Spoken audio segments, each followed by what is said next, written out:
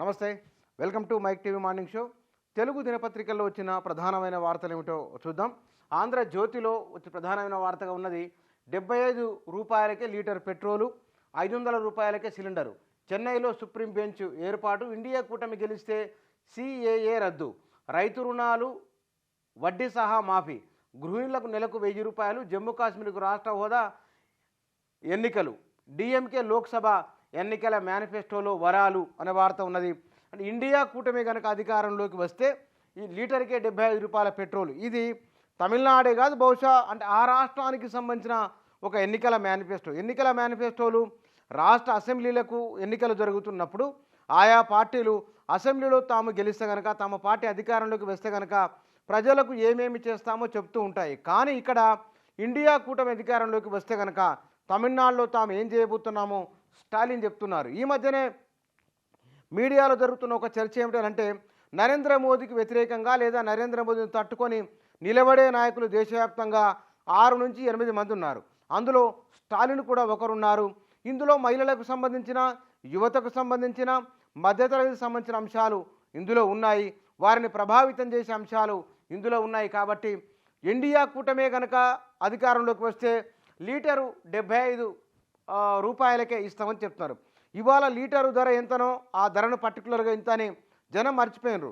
500నో 200నో లేకపోతే కనుక 100నో tank full చేసుకోవడమనో మాట్లాడుతున్నారు. కానీ 75 రూపాయలకు అని చెప్తున్నారు. మరి ఆ ట్యాక్సులు ఎట్లా, తర్వాత జిఎస్టీ, సిజిఎస్టీ, నానా రకాల వ్యవహారాలు ఉంటాయి.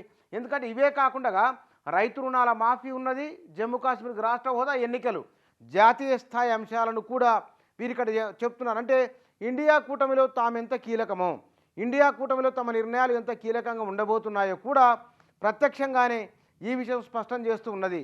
ఒకవేళ కనుక ఇండియా కూటమి వస్తే నిజంగానే దేశవ్యాప్తంగా దీని ప్రభావం ఉండబోతున్నదా, దేశవ్యాప్తంగా వీటిని అమలు చేయబోతున్నానంటే, కాంగ్రెస్ పార్టీ ఇప్పటికే 5 అంశాలను తీసుకున్నది. 5 అంశాల్లో కూడా యువత ఉన్నది, మహిళలు ఉన్నారు, రైతులు ఉన్నారు, వారిని లక్షాధికారులను చేస్తామని ఇత్యాది హామీలను 5 హామీలను కాంగ్రెస్ పార్టీ తన ఎన్నికల మేనిఫెస్టోగా పేర్కొన్నది. కానీ దానికి కాస్త భిన్నంగా ఇండియా కూటమిలోని ఒక భాగస్వామి డిఎంకే తమిళనాడులో అధికారంలో ఉన్నది.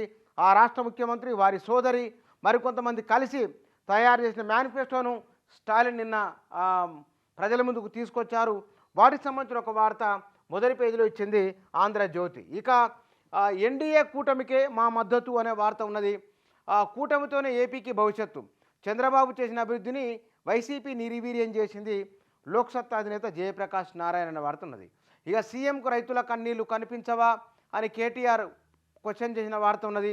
లోక్సభ ఎన్నికలకు నామినేషన్ల స్వీకరణ షురు అనే వార్త కూడా మొదటి పేజీలో ఉన్నది. ఇక వీటితో పాటుగా ఇయర్ ప్యానల్లో ఎకరాకు 10,000, అకాల వర్షంతో పంట నష్టపోయిన రైతులకు పరిహారం అనే వార్త కూడా ఉన్నది. రుణమాఫీపై ఇంకా నిర్ణయం తీసుకోలేదని తుమ్మల నాగేశ్వరరావు చెప్పిన ఒక అంశం కూడా ఇయర్ ప్యానల్లో ఇచ్చింది ఆంధ్రజ్యోతి. 58 ఏళ్ల వయసులో ఐవీఎఫ్కు అనుమతి ఎలా, రెండో బిడ్డను కన్నా సిద్ధు మూసేవాల తల్లిదండ్రులకు న్యాయపరమైన చిక్కులు అనే వార్త మొదటి పేజీలో వచ్చింది ఆంధ్రజ్యోతి. వీటితో పాటుగా మంత్రి పొన్నం ఫోన్ సంభాషణ లీక్ అనే వార్త ఉన్నది. కళ్యాణ లక్ష్మి చెక్కులను మీరే పంచండి, ఆర్డీఓ తహసీల్దార్కు మంత్రి ఆదేశం సోషల్ మీడియాలో వైరల్ అయింది. అది ఆర్డీఓపై చీఫ్ సెక్రటరీకి పొన్నం ఫిర్యాదు అనే వార్త కూడా ఉన్నది. వీటితో పాటుగా బిడ్డ ఇది నా అడ్డా, ఒకరి అడ్డాలో మరొకరు ప్రయాణికుల్ని ఎక్కించుకోవడంపై ఆటో వాలాల ఘర్షణ, ఆటోని వెంబడించి మరో ఆటోతో ఢీకొట్టిన వైనం అనే వార్త కూడా మొదటి పేజీలో ఉన్నది. విద్యార్థులు గాయపడిన ఫోటో కూడా ఇందులో ఉన్నది. ఇక అన్నారం బ్యారేజీ వైఫల్యానికి డిజైన్లే కారణము, మాకు సంబంధం లేదు నిర్మాణ సంస్థ అనే వార్త కూడా మొదటి పేజీలో ఉన్నది. బ్యారేజీల డిజైన్లను ఎలా తయారు చేశారు, ఆమోదానికి ప్రామాణికమేంటి, లైడార్ సర్వే సరైనదేనా తదితర విషయాలు విచారణ అధికారులతో సంబంధించిన ఒక వార్త మొదటి పేజీలో వచ్చింది ఆంధ్రజ్యోతి. వీటితో పాటుగా వైద్య శాఖలో కొలువుల జాతర అనే వార్త ఉన్నది. నిందితులను జైల్లో ఉంచేందుకు ఎన్ని ఛార్జ్ షీట్లు, ఈడీపై సుప్రీంకోర్టు ఆగ్రహం అనే వార్త కూడా ఇందులో ఉన్నది. 8,350 కోట్ల రూపాయలు, ఇది 2023 డిసెంబర్ 29 ఫిబ్రవరి 15 మధ్య కేంద్రం ముద్రించిన ఎలక్టోరల్ బాండ్ల విలువ ఆర్టీఐ ప్రశ్నకు కేంద్ర ఆర్థిక మంత్రి జవాబు అనే వార్త ఉన్నది. సిజేఐ లేకపోతే స్వతంత్రంగా వ్యవహరించదా అనే వార్త కూడా ఉన్నది. పాలిసెట్ తేదీ మార్పు అనే వార్త. మలి జాబితాపై ఉత్కంఠ, ఇంకా విడుదల కాని కాంగ్రెస్ లోక్సభ రెండో లిస్టు అనే వార్త కూడా ఉన్నది. ఇందులో అందరి సమస్యలు వింటా, తెలంగాణ గవర్నర్గా రాధాకృష్ణ ప్రమాణకు సంబంధించిన ఒక వార్త మొదటి పేజీలో ఉన్నది. ఇక రాధాకృష్ణన్తో ప్రమాణ స్వీకారం చేయించిన సీజే అలోక్ హరాదే చిత్రంలో సీఎం రేవంత్ ఉన్నది. సద్గురు జగ్గి వాసుదేవ్కు బ్రెయిన్ సర్జరీ అనే వార్త కూడా మొదటి పేజీలో ఇచ్చింది ఆంధ్రజ్యోతి దినపత్రిక.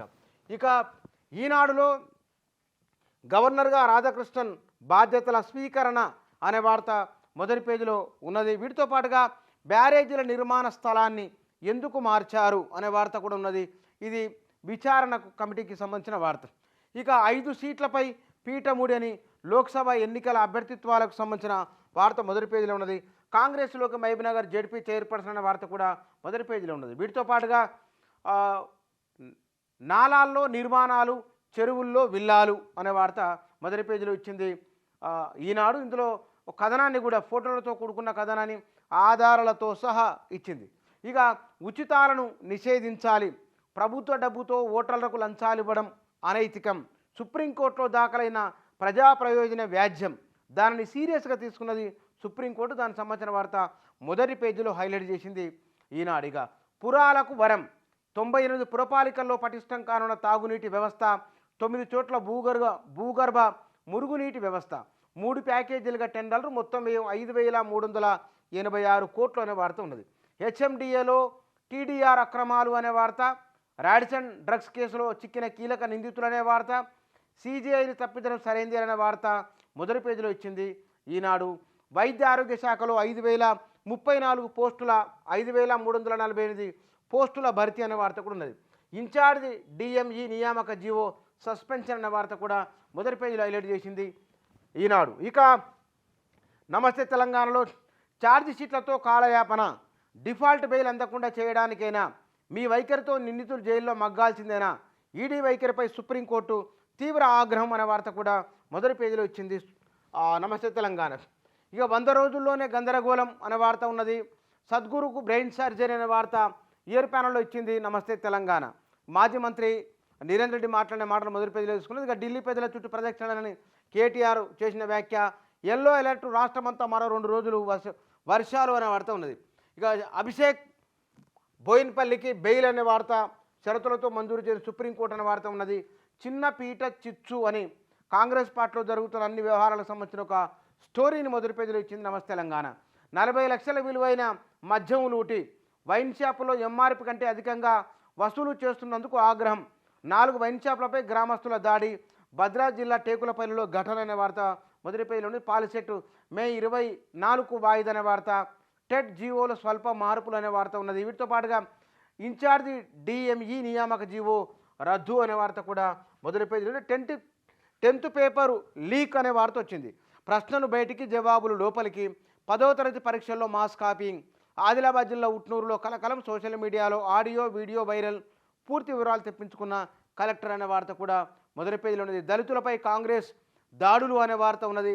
మరొకటి, మాదిగలకు కాంగ్రెస్లో అన్యాయం, నాగర్కర్నూల్ అభ్యర్థిగా నేనే అర్హుడిని, మల్లురవికి ఇప్పటికే క్యాబినెట్ హోదని సంపత్ కుమార్ సోనియా గాంధీకి రాసిన లేఖ వార్త ఉన్నది. కొలువు తీరిన కొత్త గవర్నర్ అనే వార్త కూడా మొదటి పేజీలో ఇచ్చింది నమస్తే తెలంగాణ. ఇక సాక్షి దినపత్రికలో సాక్షిలో ఎప్పటిలాగా 5-6 వార్తలు ఏర్ ప్యానల్ వచ్చింది. ప్రధానమైన వార్తగా టార్గెట్ కాంగ్రెస్ అనే వార్త ఉన్నది. తొలి విడత నోటిఫికేషన్ జారీ అయిన లోక్సభ ఎన్నికలకు సంబంధించింది. 5,345 పోస్టుల భర్తీకి అనుమతి అనే వార్త, మేనిఫెస్టో పవిత్ర గ్రంథం ఈసారి జనరంజకమే అనే వార్త ఉన్నదిగా వైసీపీకి సంబంధించింది. హైదరాబాద్ వాసి అమెరికాలో కిడ్నాప్ అనే వార్త, నాటి సీఎం స్థాయిలోనే నిర్ణయాలు, కాళేశ్వరం బ్యారేజీల నిర్మాణంపై చంద్రశేఖర్ అయ్యర్ కమిటీకి నీటిపారుదల శాఖ నివేదన అనే వార్త ఉన్నది. వీటితో పాటుగా అన్నారం డ్యామేజీలకు మేము బాధ్యులం కాదని నిర్మాణ సంస్థ చెప్పిన అంశం కూడా మొదటి పేజీలో ఉన్నది. ఆశలన్నీ నేలపాలు అని వర్షానికి సంబంధించిన వార్త ఉన్నది. ఇక రైతులంటే ఎందుకింత చిన్న చూపు అని కేటీఆర్ వ్యాఖ్యలకు సంబంధించిన వార్త, నష్టపరిహారం ఇవ్వాలని మాజీ మంత్రి నిరంజన్ రెడ్డి వార్త, నష్టపోయిన రైతులను ఆదుకుంటామని మంత్రి తుమ్మల వ్యాఖ్య, ఎకరానికి 25,000 ఇవ్వాలని బండి డిమాండ్ సంబంధించిన వార్త. ఇవి మొదటి పేజీలో సాక్షి దినపత్రిక హైలైట్ చేసింది. వీటితో పాటుగా అభిషేక్ బోయినపల్లికి మధ్యంతర బెయిలు అనే వార్త, తప్పుడు పత్రాలతో 21 లక్షల సిమ్ములు అనే వార్త ఉన్నది. టీ స్మార్ట్ కార్డులు ఇవని ప్రణీత్ రావు పిటిషన్లో తీర్పు రిజర్వ్ అనే తదితర వార్తలు సాక్షి మొదటి పేజీలో వచ్చింది. 4 ప్రధానమైన తెలుగు దినపత్రికలు మొదటి పేజీలో హైలైట్ చేసిన వార్తలు ఇవి.